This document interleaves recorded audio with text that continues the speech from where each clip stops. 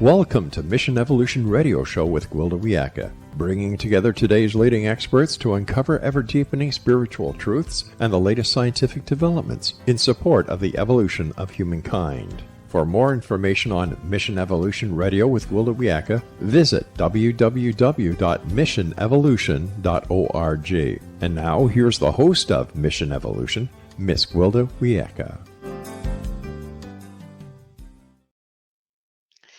When was the last time you laughed? What if laughter was proven to be one of the greatest healers? Would you make a point of laughing more often? Mission Evolution Radio TV show is coming to you around the world on the X-Zone Broadcast Network, xzbn.net. With us this hour to delve into the healing power of laughter is Ros Ben-Moshe. Ros is a laughter, well-being, and positivity author and academic. She's an adjunct lecturer at the School of Public Health and Psychology at Trobe University, Melbourne, where she coordinates the laughter, resilience, and well-being online professional short courses. Ros is the author of Laughter, The Laughter Effect, How to Build Joy, Resilience, and Positivity in Your Life, and Laughing at Cancer, How to Heal with Love, Laughter, and Mindfulness. Her website, rosbenmoshe.com. Ros, thank you so much for joining us on Mission Evolution. Oh, it's my absolute pleasure to be here. Thank you for having me. This is such a wonderful topic. I've been intrigued with it for a long time. And I guess there's more studies and everything out showing that indeed it's a good medicine. How did you first become interested in laughter as a medicine?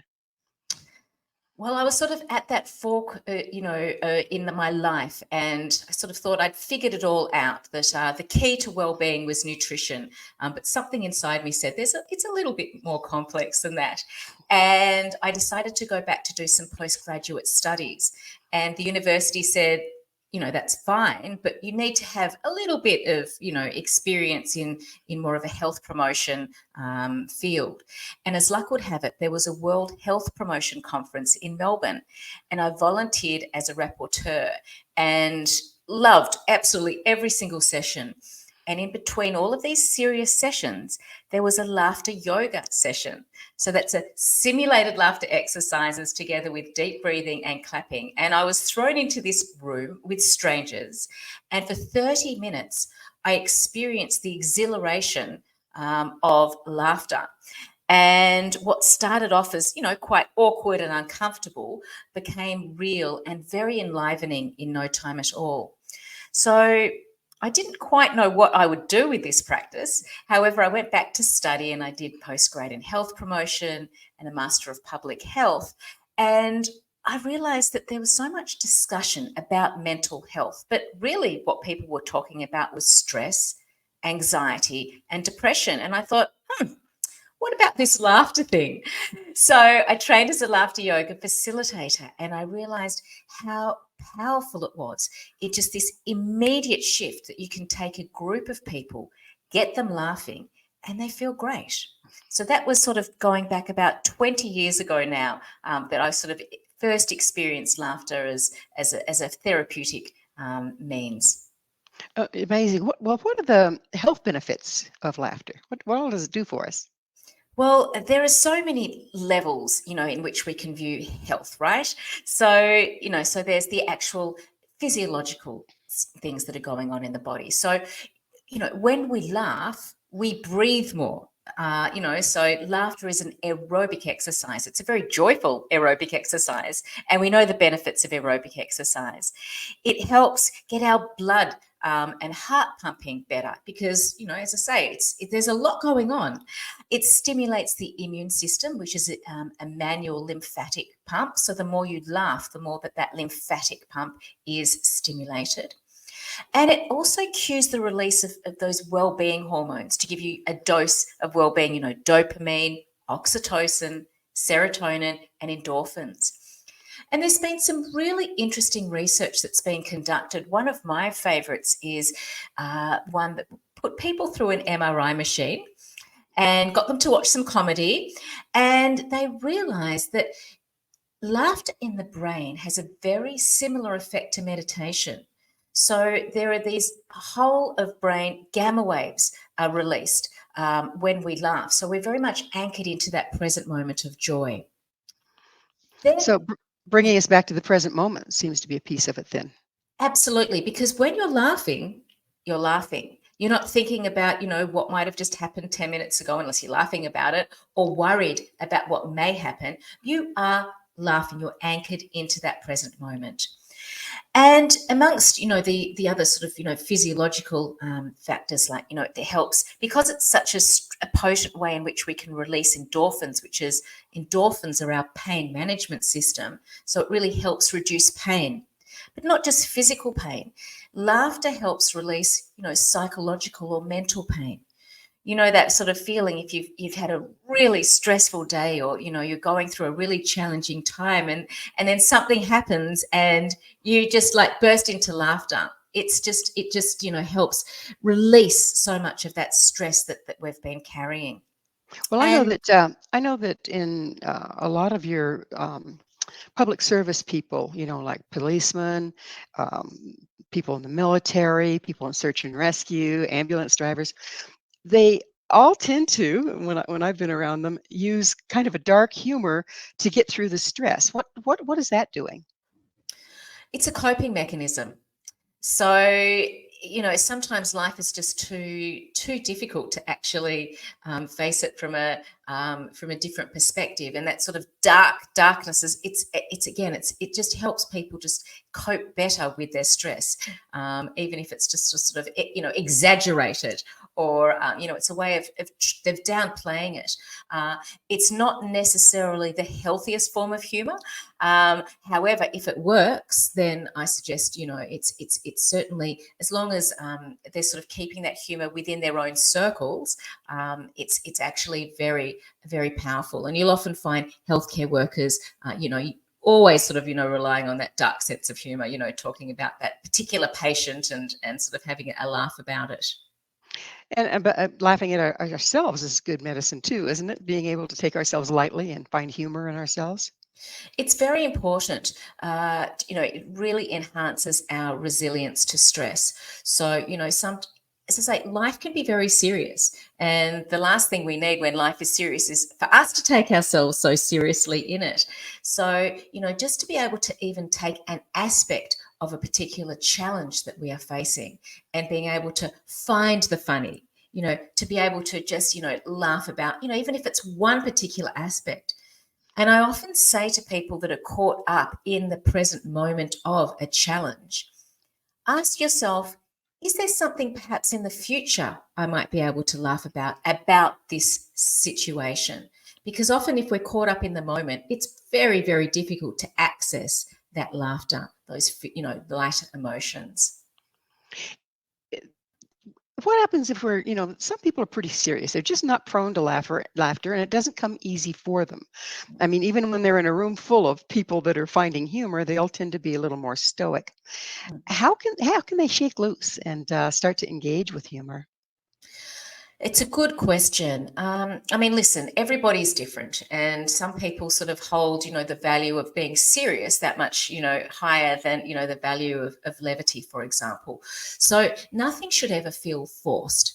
However, if someone wants to invite more humor into their laughter, there are many ways in which they can do that. They can, for example, spend more time connecting with friends or a loved one that, makes them feel good, that they can share a laugh with. Being on the lookout, even, cat videos, for example, maybe that's their thing. It can be, after it as, if they're sort of caught up in the news of the day, perhaps to turn down the news and to turn up the comedy. There are many things that we can do. And it also helps, laughter is a very social beast. So, connecting with others, we actually get a lot of laughter happening without the need for humor. It's something quite fascinating. There's this notion called the punctuation effect of laughter.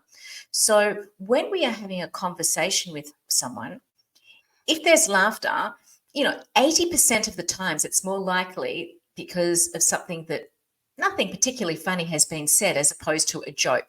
So I'll give you an example. It's like, Gwilda, do you remember about 10 minutes ago how much we were struggling to get this sound going? It was really stressful, right?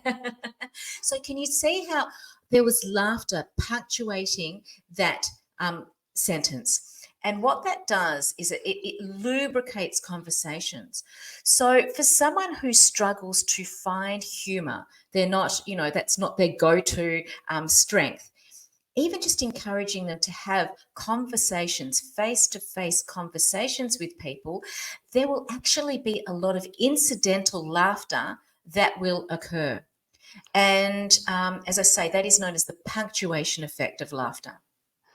It's there's so many different kinds of laughter, and we're just about out of time in this segment, but I'd love to go into them later in more depth. But what about cynical laughter? Again, I think there's a hierarchy of humor. So dark humor and cynical, I would say, is the sort of, on the scale of, lower health benefits, as opposed to, that positive humor style. So again, it's a coping mechanism. It helps people, just be able to respond to a situation, and it sort of helps quell that sort of, that potency of whatever it is that they're dealing with. However, it's not cynical humor, especially when shared, can be toxic. So I do caution against it. Well, it is that magic moment. We're going to take a station break. Ros and I will return very shortly, so don't you go away. This is Mission Evolution, www.missionevolution.org.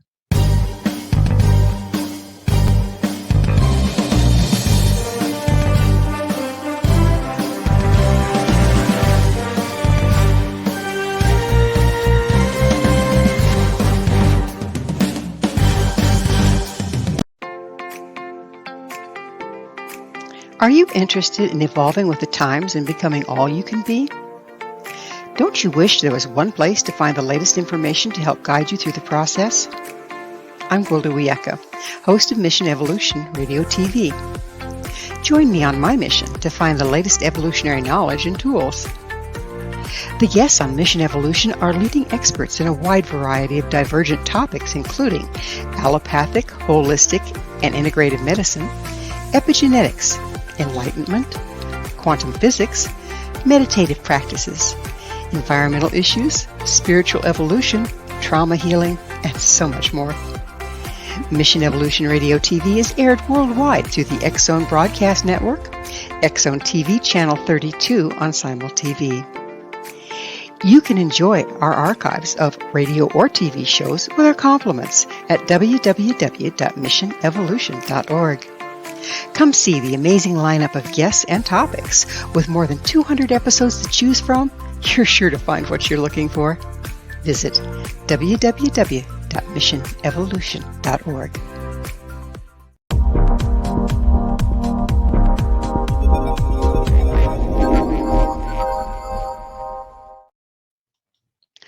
What tickles your funny bone? With us this hour discussing the healing power of laughter is Ros Ben-Moshe. Ros is the author of Laughter, The Laughter Effect, How to Build Joy, Resilience, and Positivity in Your Life. Ros, laughter is such a wonderful topic, but there is so many, it's so dynamic, really. And we were talking earlier about how cynical laughter or dark humor is kind of on the low scale of benefits. It has benefits, but it's kind of on the low scale. Another form of laughter I'd like to address is, do you know how when a person, they're really going through it, it's been a horrible time. I mean, maybe they've even been crying, and all of a sudden they go into an almost hysterical laughter. What's going on there? Again, it's human emotions. They're so complex, but it's interesting because sometimes I'll facilitate a laughter yoga program, and I'll end with a laughter meditation. And at the end, there'll either be people sort of laughing with joy or laughing just like with tears streaming down their faces as this release. And again, it's just laughter begets laughter. So, laughter is very contagious. And when we sort of start laughing, and even if it's that sort of motivation is the release or whether it's the joy, it just keeps maintaining itself. There's some fascinating studies that have actually sort of shown how the contagiousness of laughter, especially sort of where people almost like inappropriate, it just keeps on going because, we need to see laughter and we need to hear laughter in order for it to, be contagious. And you know how it is. It's like if you go into a room and there are people crying, that's going to impact you and you're going to feel like bursting into tears. And the same thing happens, if you're going into a room. And that's why comedy clubs are so successful because, as I say, laughter begets laughter. So, yes. Well, when we're going to a funeral, say for instance, the Celts there was 3 harpers. It was a story of 3 harpers. First, they would go into deep grief, then they would go into hysterical laughter, but the process wasn't done until someone played the lullaby. That's calm at the end. Wow. What's operating there? That's really interesting. I think it's actually mimicking, that what's going on with that sort of phase of grief. Initially, you have that sort of more gravity, and then you just have that release because it just gets too much, and then you're calming down. That's actually beautiful. I've never heard about that before. So I think it's a really wonderful way of being kind to your nervous system, really, allowing it to sort of pass through those sort of phases of that sort of grief, and then the riotous laughter, and then calming it right down. So yes, it's fascinating. I know when it came to my late father's funeral, I know that I invoked laughter, through the eulogy that I gave, and I know how powerful that was in terms of people who'd come to pay their respect, that they were sort of taken by surprise because not every culture has that tradition of being able to laugh, to celebrate someone's life. And I think that it was a very powerful thing to be able to lead a community using laughter, just drip fed throughout, sort of not quite like you were describing, but similar principle. Sometimes people will go into laughter as a defense mechanism. Okay. Is that still effective? When they just kind of throw in laughter when they're nervous or whatever? Again, it comes to this, the health benefits that you have. So again, it's important for some people because it helps diminish their anxiety. Is it something that I'm going to recommend to everyone? Not so much.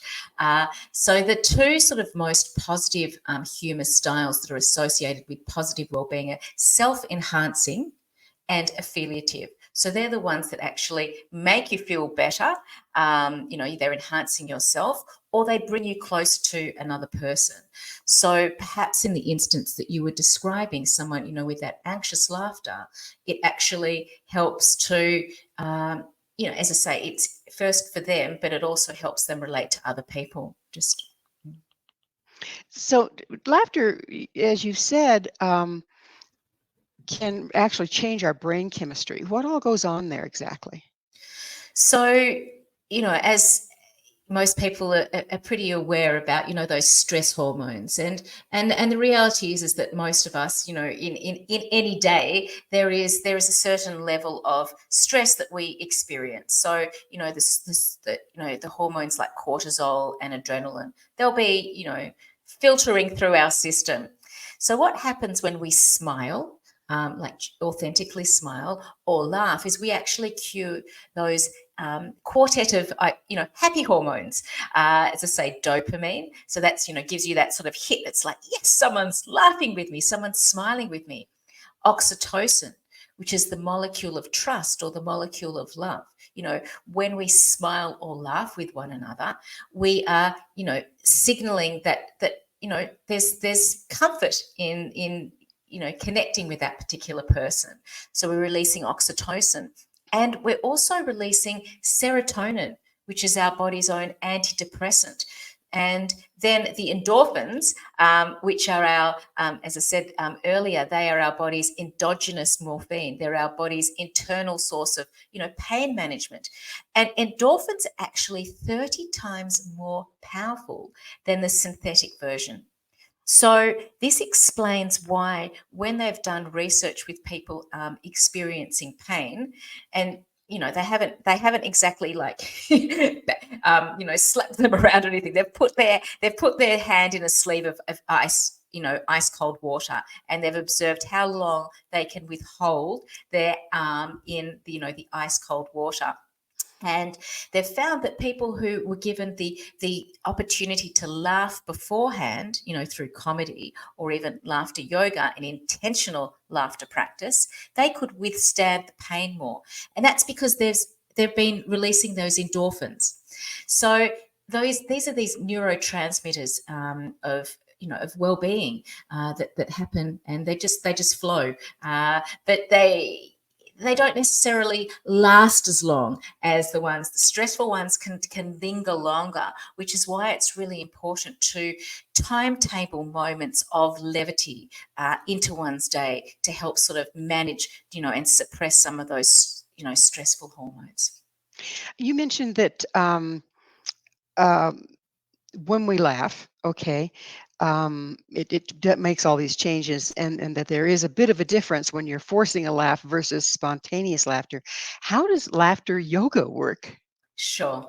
So I don't recommend forcing anything. It's all about choice. So laughter yoga is a very interesting modality. It came onto the scene in the 1990s. There was an Indian doctor, Dr. Madan Kataria, and he was researching for a medical journal about laughter being the best medicine. And he came up, he found quite a few studies, and he thought, well, if there's all this research, like, why aren't we doing more of it? And he decided to gather a group of 5 people in a Mumbai park and tell jokes. And they did for about an hour, and they had a riotous time. And there was much, much laughter, and they decided that they would meet the next day. So they did.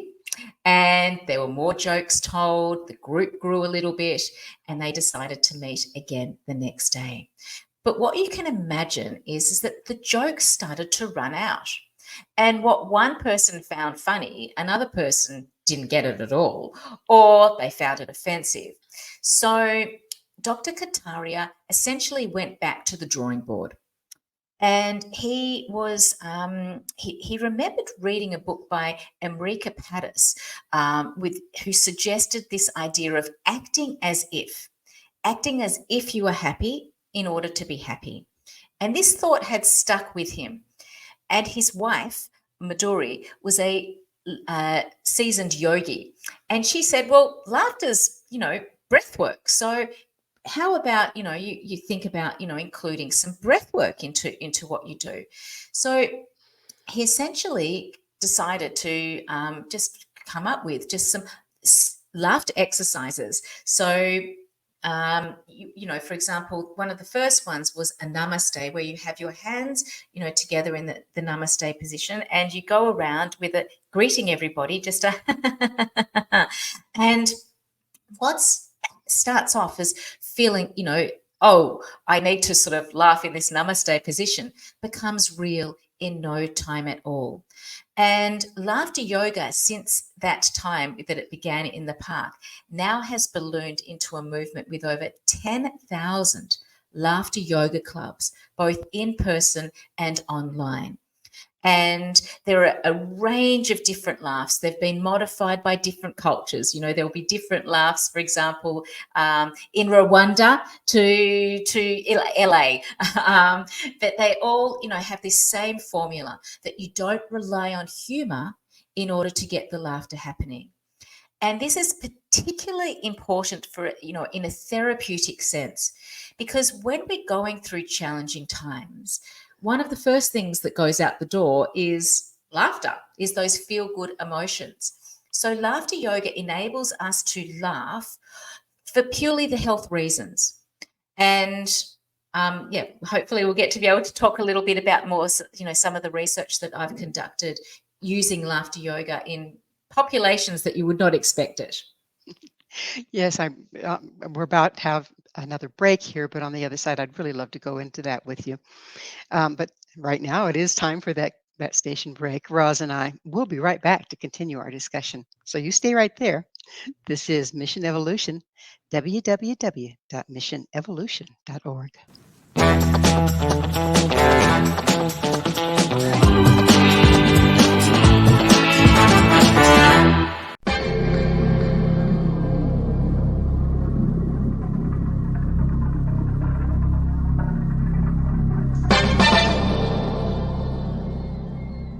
Are you ready to dive into the mysteries of the unknown? Tune into the electrifying X-Zone radio TV show hosted by the one and only Rob McConnell.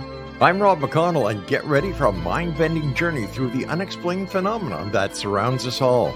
From UFO encounters to cryptids, ghosts, and everything in between, we've got it covered here in the X-Zone. Rob McConnell, the seasoned investigator and renowned radio personality, brings you the most compelling interviews with top experts, authors, and experiencers from around the world.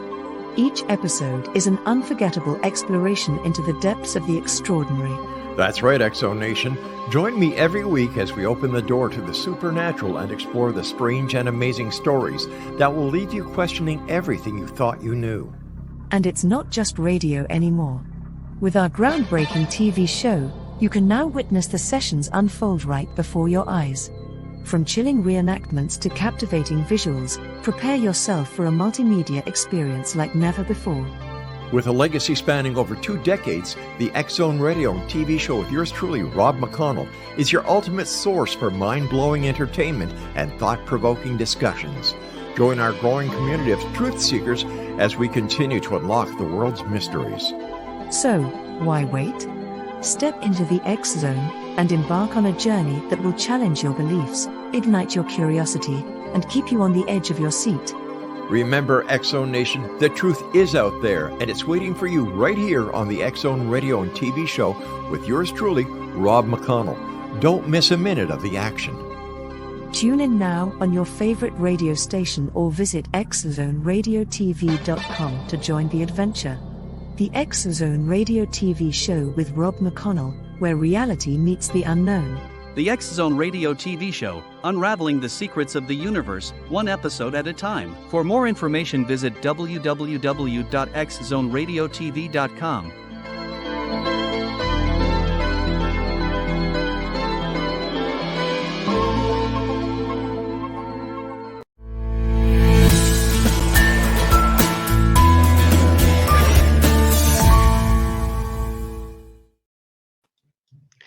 What is the purpose of laughter? This is Mission Evolution, missionevolution.org. With us to share a laugh is Ros Ben-Moshe. Her website, rosbenmoshe.com. Rose, what is the purpose of laughter? You know, we have, all our emotions have a reason to be there. Anger kind of sets our boundaries, et cetera, et cetera. What is the purpose, the underlying purpose of laughter? Yeah, it's a great question, Gwilda.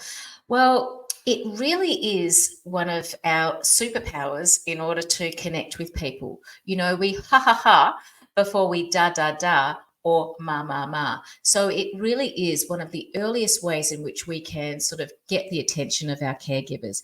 And rather than sort of, them dealing with the endless stream of nappies and crying, they get this beautiful reward of a smile or a laugh. It makes it all worthwhile. So laughter really is the sort of glue between people. And it's amazing, if you are, in a room with strangers, you just, smile at someone or you share a laugh, you have built this bridge of connection. It's one of the easiest ways of doing something. And it's a form of communication, but it's a non-verbal communication, which means it has a very universal application as well. It's amazing because babies, they come hardwired to laugh, don't they? I mean, there's Yes. nothing that cheers me up more than a Yeah. giggling baby, right? Yeah, Yeah. yes. So, what's the difference between humor and non-humor based laughter? Mm. So, humor-based laughter, and certainly research in that area is about the comedy. It's relying on humor, so it's very subjective. So, for example, you might, everybody has a different sense of humor. So, you might sort of sit down and have your go-to comedy, and you might invite a friend over, and they're thinking, "Why is she laughing? Like, I just don't get it." So, humor is fantastic when it works, right? But there's in humor, but the benefit of non-humor based laughter is actually just working with this sort of laughter for laughter's sake, choosing to laugh and then for the feelings to follow. So rather than being happy and laughing, you laugh in order to be happy. So that's where laughter yoga is an example of intentional laughter. But we don't have to sort of get to, join a laughter yoga group in order to stimulate intentional laughter. We can, for example, one of the favorite things that I do is I call them traffic light laughter moments. So, if you are caught up in traffic and you have to stop at another traffic light and you're running late and you're stressed, rather than sort of looking at that red light and thinking, "Oh my gosh, another red light," you think, "Okay, this is an opportunity for me to breathe, for me to smile, and perhaps even, to laugh out loud." Now, laughter is a very vulnerable act. People don't like to sort of be, looked as, "Oh, that person's laughing out of turn," or, you can feel a little bit uncomfortable. However, if you are laughing in the comfort of your own car, any passerby or person in the next car is just going to assume you're laughing with a friend. So it's a very safe way in which we can actually intentionally get laughter happening. And I'm talking about a number of seconds, like literally, red light, breathe, smile. It changes our physiology just like that. It's pretty much amazing. So, what is the latest research in humor and non-humor based laughter therapy?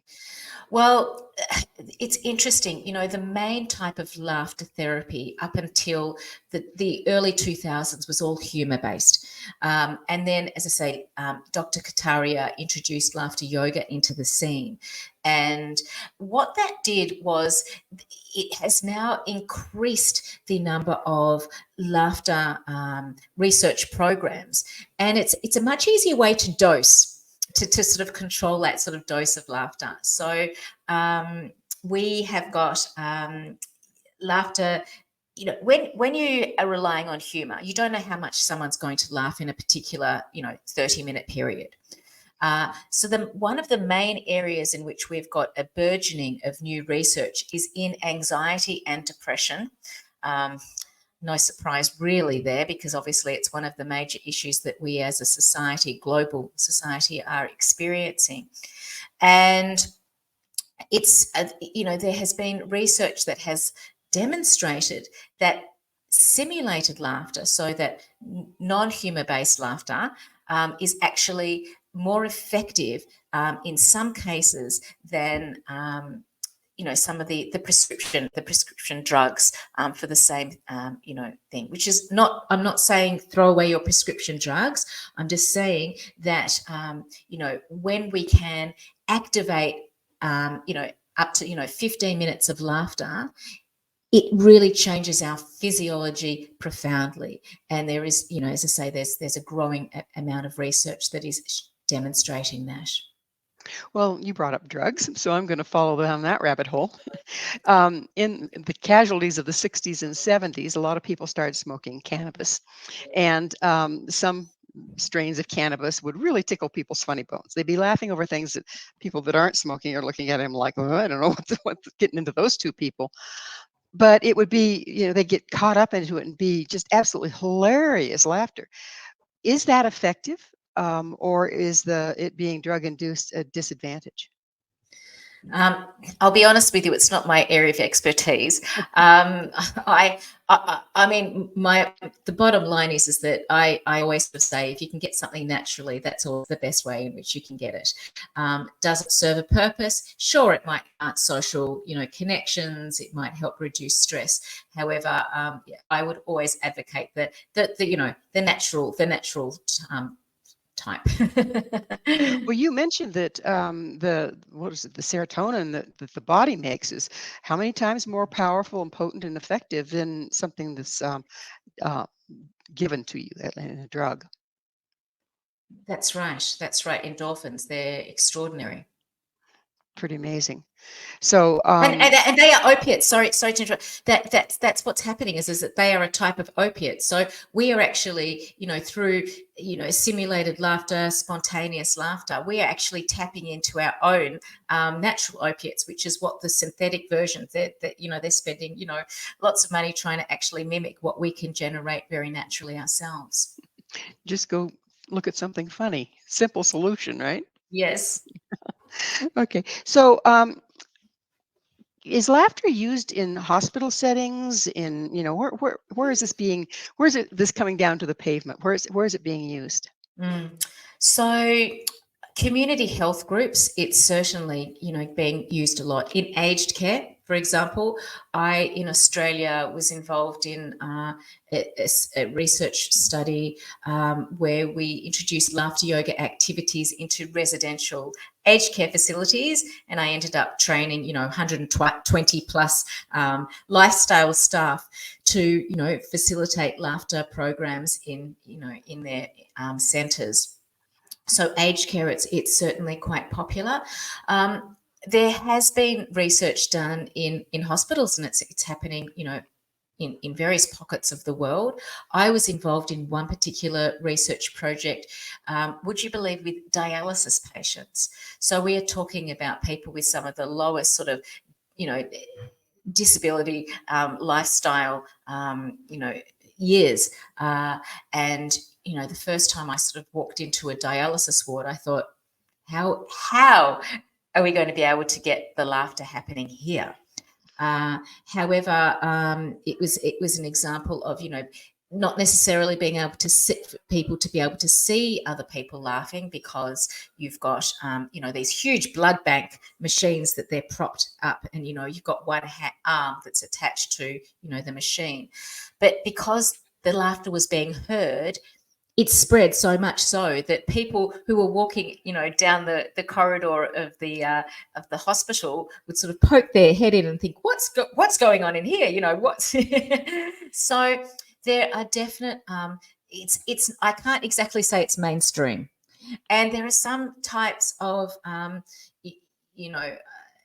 health situations you wouldn't be recommending laughter. So I had a personal experience of bowel cancer. Let me tell you, I physically could not laugh for several weeks after major abdominal surgery. So you would not want to get laughter therapists into a ward that, of people who've just had major abdominal surgery. It would be counterproductive. To say the least, yes. Well, we're about out of time in this segment, believe it or not. Time's flying here. But when we're using humor, how does it affect our social relationships? How does it affect our inner relationships? Laughter and humor. Oh, absolutely.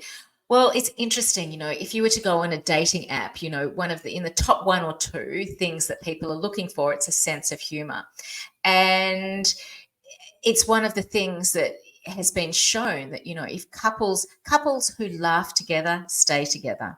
And the same thing can be said about, friendships. So it's a very important way in which we can build that stronger connection, develop that sort of in jokes and, common sense of humor, what we laugh at. And it's important to work at it, so, to identify your type of humor. And perhaps if your partner doesn't enjoy your particular type of humor, then, you can substitute with a friend that you can always make sure that you get that sort of laughter happening. But it's also important, as a couple or as a friendship, to try new things. things out, to go to a comedy club or go, watch a light-hearted film or create memories that you're going to be able to laugh about in the future. Well, it is that magic moment for another station break. Please stay with us as Roz and I continue to explore the power of humor. This is Mission Evolution, www.missionevolution.org.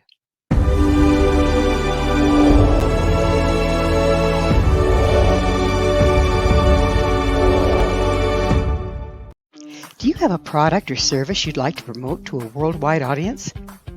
Imagine your product featured on Mission Evolution Radio TV.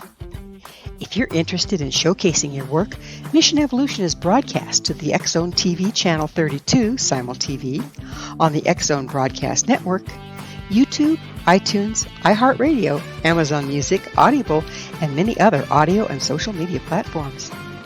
Our professional studios can produce and broadcast your custom high-quality ad. It will be permanently embedded in each episode and featured in the archives for years to come. Together, we can make it happen. Contact us at info@missionevolution.org for more details. Spaces are limited, so don't miss out on this great opportunity. Email info@missionevolution.org today.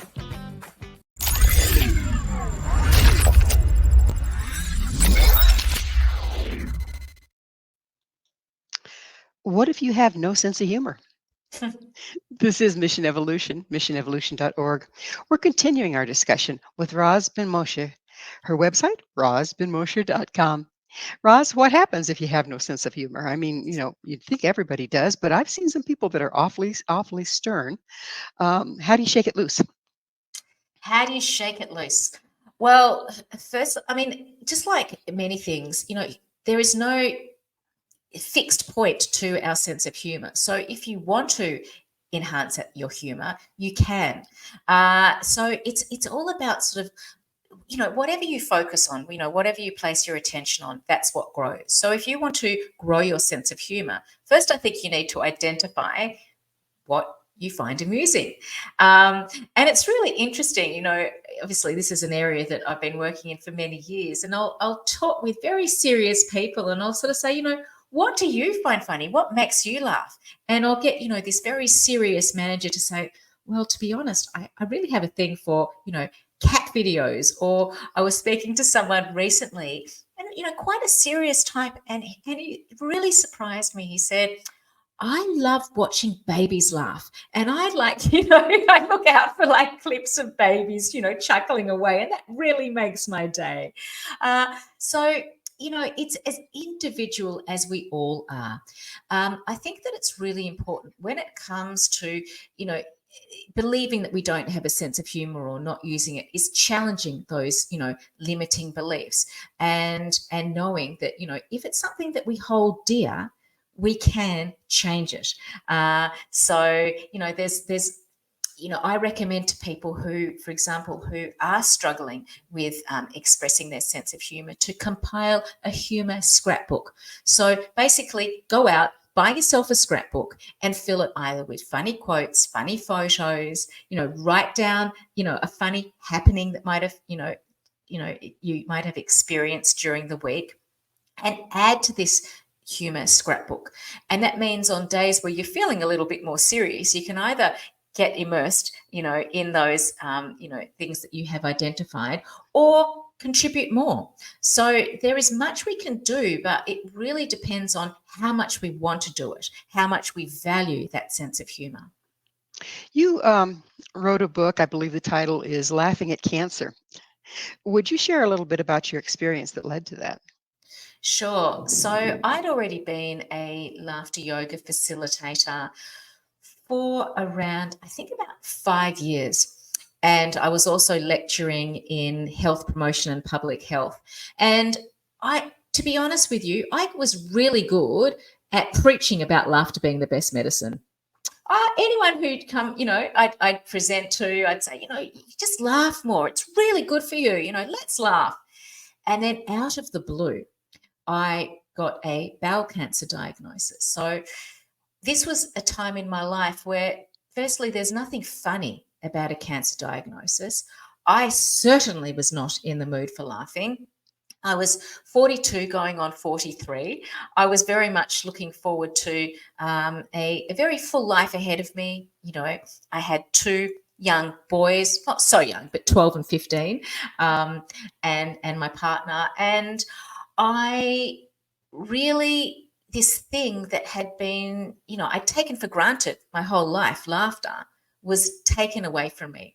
And it was a fascinating time in that I hadn't really done a lot of corporate work, but I actually had been booked for a corporate ladies lingerie company to facilitate, a mid-year party for them, you know, using laughter yoga. And this was 3 days, turned out to be 3 days prior to major bowel surgery. And I, I thought I really should cancel, but it was so late. It was such late notice. I thought I didn't feel right about that. And I walked into this room and, 30 plus excitable women and, a variety of lingerie displayed and blah, blah, blah. And I, went through, the usual spiel of, the health benefits of laughter. And then I spent, the 30 minutes doing laughter yoga with them. So simulated laughter exercises, clapping and deep breathing. And after that 30 minutes, it was the first time that I actually acknowledged that I needed this practice much more than the people I was facilitating it for. And it enabled me to go into that, almost 6-hour surgery just with a little less of that sort of heaviness that had descended upon diagnosis. And then I found that, I couldn't, I had a plan. It's like, okay, after surgery, I'm going to laugh lots. Well, that plan went out the door. I could barely breathe.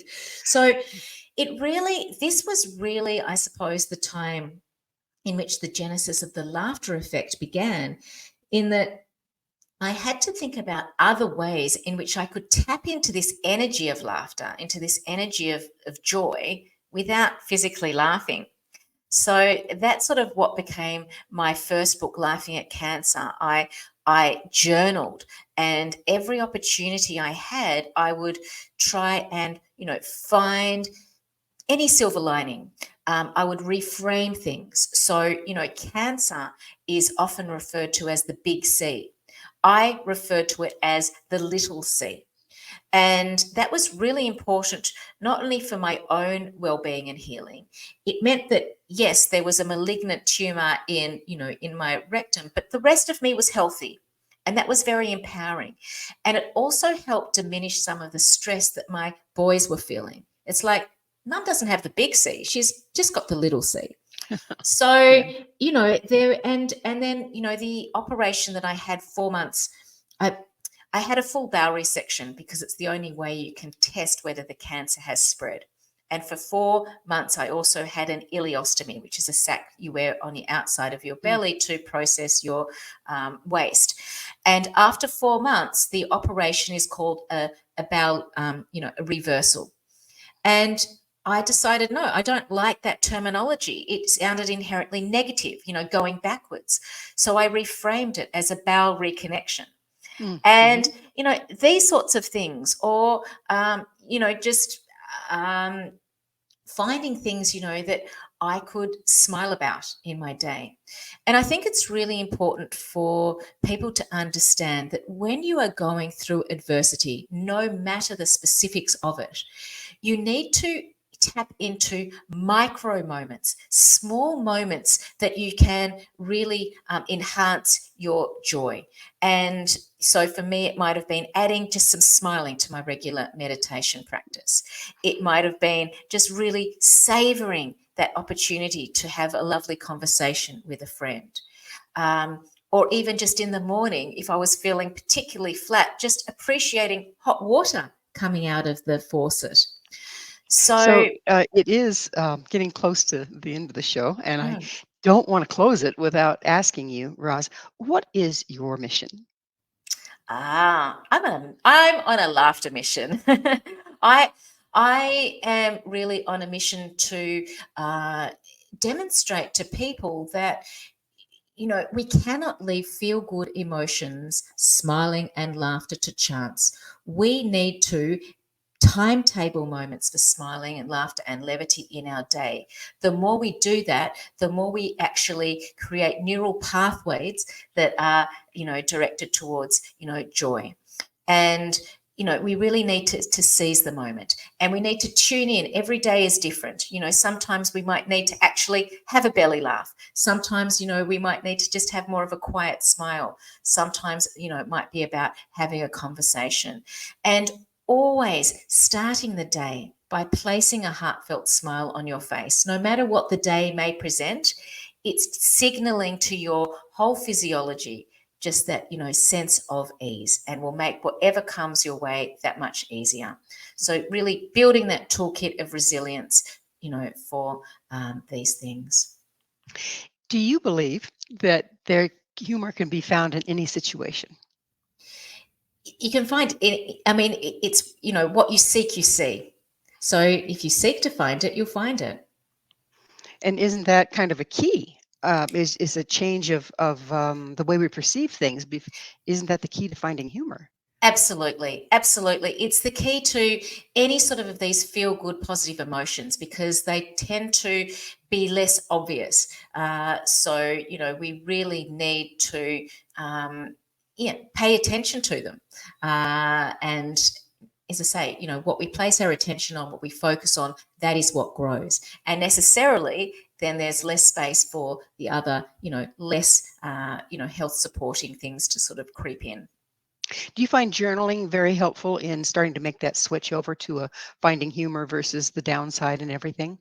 So powerful, so very powerful. It's amazing. I actually find pen and paper is actually even more powerful than tapping away on a laptop. There must be something about the eye-brain connection or something. It's really important because you can always say, okay, I'm going through this time. Can I view this challenging time through the lens of awe, or through the lens of gratitude, or through the lens of humor? And when you are actually, journaling about it, it's amazing what comes out. It really is. It is amazing. Well, unfortunately, this has just flown by, but we're out of time, Ross. Oh, Thank you so much for coming on the show. thank you so much. Wishing you all the best. Thank you. Our guest this hour has been Ros Ben-Moshe. Ros is the author of numerous books, including The Laughter Effect, How to Build Joy, Resilience, and Positivity in Your Life. To find out more about Ros, where you can get her books, visit her website, rosbenmoshe.com. This has been Mission Evolution with Gwilda Wiyaka. For more information or to enjoy our past archived episodes, visit www.missionevolution.org.